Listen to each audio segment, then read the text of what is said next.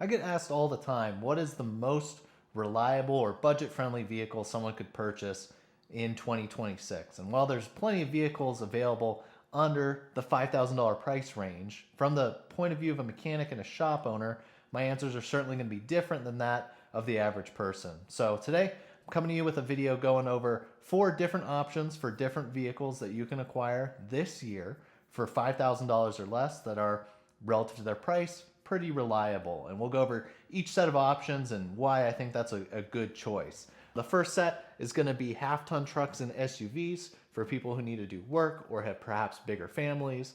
The second set will be small cars and SUVs. The third, small trucks, people that still need to do work or move stuff around the house and the yard, maybe a first car for somebody or an extra car to have around the house for yard work and the like, as well as a fourth option for somebody who might be looking to get into off-roading or they need a winter beater or something along those lines. So stay with me as we go over this list of vehicles under $5,000 for 2026. The first set of vehicles on my list is going to be the Chevy and GMC GMT 800 platform. And what that covers is the Chevy Tahoe, Suburban, GMC Yukon, Yukon XL, as well as the Silverado 1500, 2500, and Sierra 1500 and 2500 gas, half-ton, and three-quarter options. This option is going to cover and be a good option for families that have a lot of kids or need a lot of room, as well as people who need a work truck for true heavy-duty work, as well as towing intermittently. This vehicle set was made between late 1999 and 2007 and came with a variety of engine options, almost all being V8s. They came in two-wheel drive, four-wheel drive, and on the GM, Yukon, and Yukon XL options, occasionally an all-wheel drive transfer case. Some of these vehicles can seat up to 8 people, so again, a great option for somebody with a larger family or that really needs a lot of room, but this series does have some cons. Now, obviously, this is the video for most reliable vehicles under $5,000, but at every price point, there's going to be imperfections, just like every vehicle has its own set of problems. And what I see most commonly on this selection of vehicles is going to be, number one, since they all are large vehicles with large engines, they all get pretty bad fuel economy. We're talking on average 15 and under. Now you can look online and people claim sometimes they're pushing high teens or into the 20s, but you need to realize that most of these vehicles now are 15 to 20, sometimes even 25 years old. They're well worn and it's something that's still usable, but the peak fuel economy they got new out of the factory doesn't always still apply. The other major con to these vehicles is the transmissions seem to fail a lot between 150 and 200,000 miles. So if you're looking for one and it's anywhere around this mileage, if the transmission is currently performing well, it may be a good idea to have it serviced. If they have service history, that's certainly a plus. And if you're pushing close to 200, maybe build in that budget that you may need a transmission. Now again, this is on my list because it's a great option for large families and people who need to do serious work. The parts are readily available. Almost every mechanic in the country knows how to work on one of these. They probably have owned one themselves or have a family member that's had one. And most of the existing problems have been figured out over the last 20 to 25 years. These are some great options to look at. The second set of vehicle options for cheap vehicles, $5,000 and under in 2026, is going to be the Honda 2.4-liter VTEC platform. And this is going to include vehicles such as the Honda Accord, the Honda CR-V, and the Honda Element. And while there are other vehicles that do use that engine platform, again, keeping in the budget of $5,000 and under, it's not likely you're going to find the others. So these are the options we're going to go over here today. Now, this is going to cover some sedans as well as small SUVs. Obviously, the Accord being the sedan, available in 2- and 4-door options with automatic and manual transmissions. While the Honda CR-V is going to serve as a small family SUV, the Honda Element's a little more unique boxy family SUV that may fit some weird niche or specific looks that a buyer is going for. These vehicles came in both front-wheel drive as well as all-wheel drive, so there's no 4x4 option here. But because of that and the small engine displacement, these vehicles are relatively peppy in power relative to their size and get pretty good MPG, particularly by today's standards, with almost every vehicle on this list exceeding 20 miles per gallon on both the city and the highway. Like every vehicle on this list, they're relatively cheap to maintain, with really only 2 big major flaws to look out for. The first is the transmission can be fragile if it's not serviced. If you service them every 30,000 miles as notated by the manufacturer, they seem to hold up for approximately 200,000 miles in my experience and seeing what my customers have experienced throughout the years.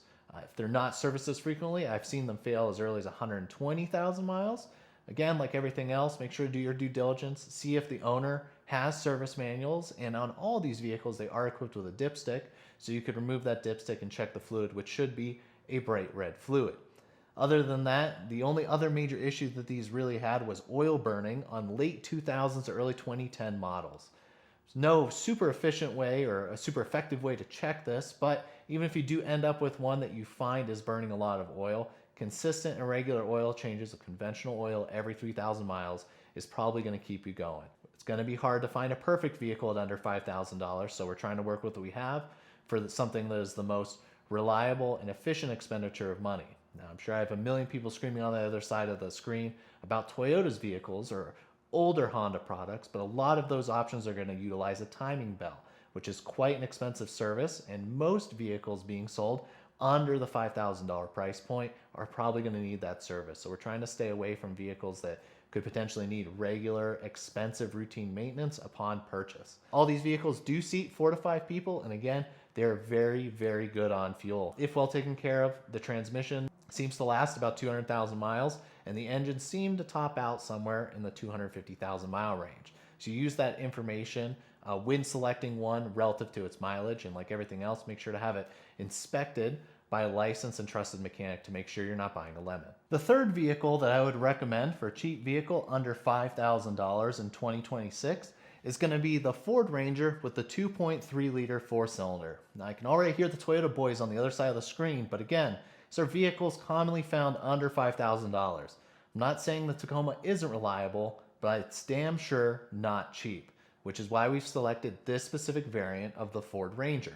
So this would be best for somebody that needs a small truck for maybe a small business or light around the house work, an extra vehicle for dump runs, yard work, etc., or a first car for somebody. In fact, it was my first vehicle myself. Speaking to which, the Ford Ranger is a great option because it is small, fits places well, very cheap to maintain, and because of its small 4-cylinder engine, it is very, very good on gas relative to most other trucks.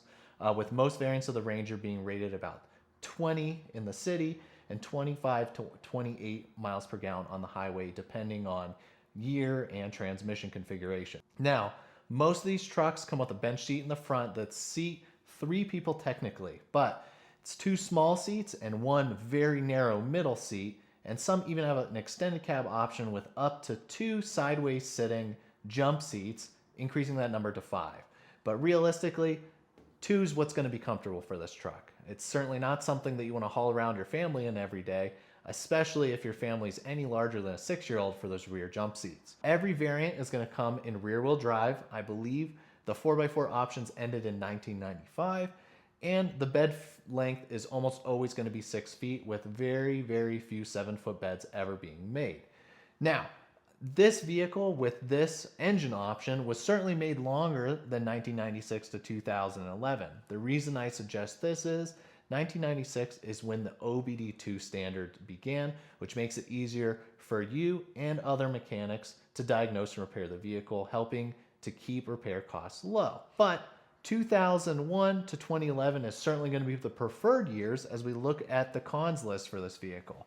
Referencing our preferred list, between 1996 and 2000, the Ford Ranger was equipped with a timing belt, which is what we were talking about earlier with Honda and Toyota products. It doesn't mean it's a bad vehicle, but it can be a large maintenance expense, and most for sale under $5,000 probably are going to need that maintenance. And for something like a Ford Ranger, it can range anywhere from $800 to $1,500 for that service, depending on your area and what else is needed. And that can certainly cut into your budget or money expected to spend when purchasing something like this. So again, try to look for a 2001 to 2011 for these vehicles. One of the other cons we were talking about is there's no real rear back seat. Again, if you do have an extended cab model, if it's a 4-cylinder, the back section of door is always going to be welded closed. I don't believe they ever made any that opened other than the V6 options, as well as their sideways sitting jump seats. So unless you're the size of a 6-year-old, you're going to have a terrible time back there. And even though they technically have 3 seats in the front, Again, they're very small, narrow, compact trucks, so sitting somebody in the middle is really, really difficult, particularly if you have the manual transmission. Which does lead me to my last major con for these vehicles. They did come with a pretty weak automatic transmission. In my personal belief, I don't think it's because the automatic transmission was perhaps misdesigned or truly weak, but when you have such a small engine, even in a pickup truck, you really have to wring that thing out to get it to go anywhere. But again, this is a great option for somebody that needs a small truck for around the home, a truck for a small business, or again, maybe a great first vehicle for somebody. As I said, I had one myself. It's certainly not fast enough for you to pick up any tickets in, but you can easily cruise down the freeway, keep your fuel costs low, and your repair costs even lower. For our final set of vehicles, for cheapest vehicles that are reliable, $5,000 and under for the year 2026, it's going to be Jeep products with the 4-liter inline-six engine, which was found in the Wrangler, the Cherokee, and the Grand Cherokee. Now, for purposes of this recommendation, I'm going to recommend years 1996 to 2004. While this engine did continue in the Wrangler until 2006, again with our budget of $5,000 and under, you're very unlikely to find one at that price point. These vehicles came with both an automatic and a manual transmission, and they all seat 4 to 5 people. They're great options for somebody that lives in a very snowy or rugged climate and that needs true 4-wheel drive, maybe somebody that's building an off-roader, wants a cheap and fun first car, or is looking for a great car to begin learning working on vehicles on. Now, these vehicles are excellent off-road and have millions and millions of different ways that they can be modified with a variety of different part suppliers. They're relatively cheap to work on and cheap to maintain, but like everything else on our list, they do come with a few set of problems, so there are some things to look at. The first notable thing is the 0331 cylinder head found on the Jeep Cherokee and Grand Cherokee from 1999 to 2001. Now, this isn't on all of them, but it was basically a head that was miscast by Jeep, a little too thin, and had a common issue of cracking. So ones that you're finding may have already had this replaced, or maybe close to the mileage where it's common that they crack, which seems to be right about 175,000 miles. So certainly something to consider if you're looking at one of those vehicles. If you want, put the comments down below. We can make another video on how to identify that issue or where to look. If not, feel free to look it up on YouTube or Google and you'll find a plethora of information regarding that issue. Another common issue they had was the auto climate control system found in the Grand Cherokee.